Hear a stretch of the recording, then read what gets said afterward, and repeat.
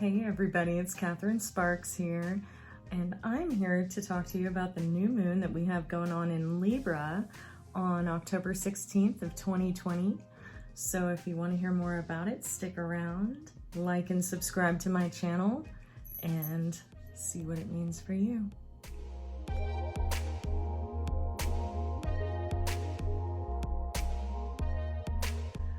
All right, everybody, we're talking about the new moon in Libra on October 16th of 2020.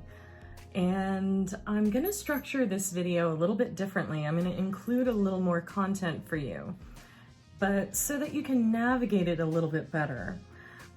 First, I'm going to just address the basic, fundamental breakdown of the new moon and the different elements. So if you're sort of a beginner astrologer, you should watch that part just to know what a new moon is and what makes it up. The second part, I'm going to explain about the aspects that this new moon is making that's giving it its particular flavors and energies. The third part, I'm actually going to go through every sign, and whether it's your sun sign or even better, your rising sign, if you know that. And I'm gonna go through and talk to each sign about where in your chart that this is gonna hit you. So what part of your life is it gonna activate, and give you some tips on how to handle that energy. So I'm gonna timestamp all of these things down at the bottom. So if you wanna skip over some parts and go straight to your reading, you can do that, or if you want to watch it all the way through, that would be lovely as well. Either way, please like and subscribe and share and all of that. And all right, let's get on with this video. Okay, so for those of you who are new to astrology and are kind of like, all right, well, I know that there's obviously a full moon and a new moon, and people may pay more attention to the full moon, obviously, because it's brighter. You can see it and feel it when you're out. The new moon kind of gets a little less attention, but it is when the sun and the moon are in the same place in the sky. So there's no bright, shiny moon. It's very dark, and it's a time of resetting. It's a time of ending the old cycle and setting the intentions, planting the seeds of a new one. So depending on the sign that the sun and the moon are in, that is going to flavor the manner of reset that we're looking at and the area of life that we want to cleanse and restart.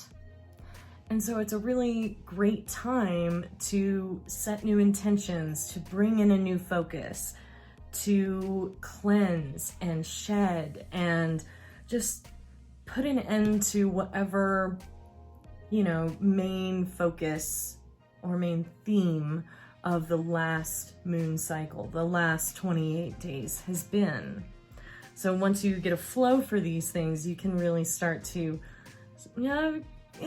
establish a rhythm and a sort of weaving through of life of these themes if you follow the Zodiac with them. And it can create a really nice pattern for tending to your whole life.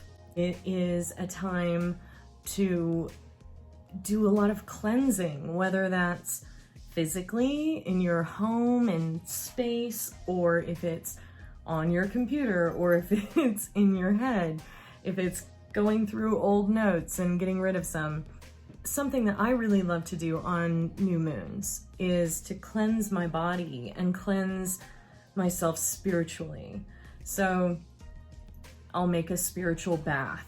I might use some coconut milk because it's cooling. I might use some Florida water. If you want to use some cedar or, to sage your home. I say sage, smudge, asperge, cleanse. And sage itself is actually more for protection and not cleansing. So I recommend cedar, pine, things like that.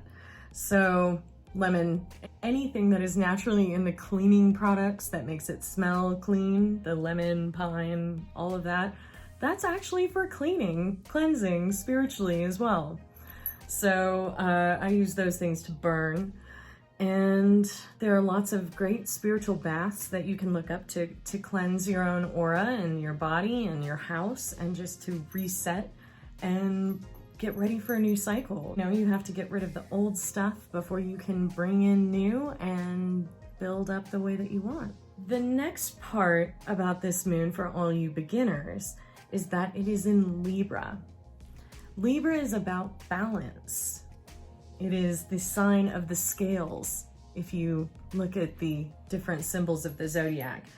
And it is justice, and it's also the sign that governs relationship and partnerships and engagement with another person of any kind.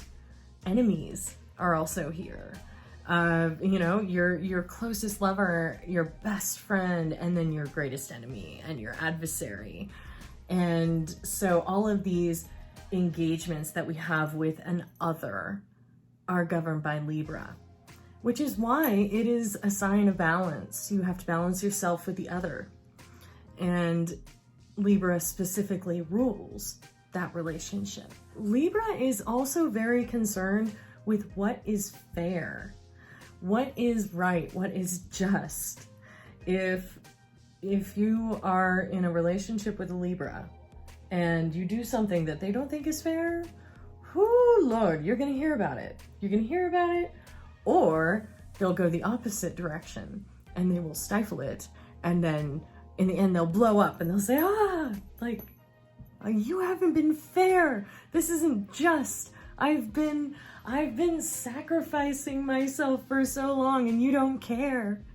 And it comes out of nowhere for those of us who aren't Libran, because we're like, but you haven't even hinted that there was anything wrong.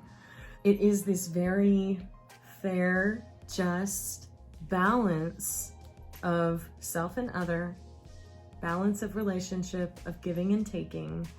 And that is the lesson that Libra teaches us.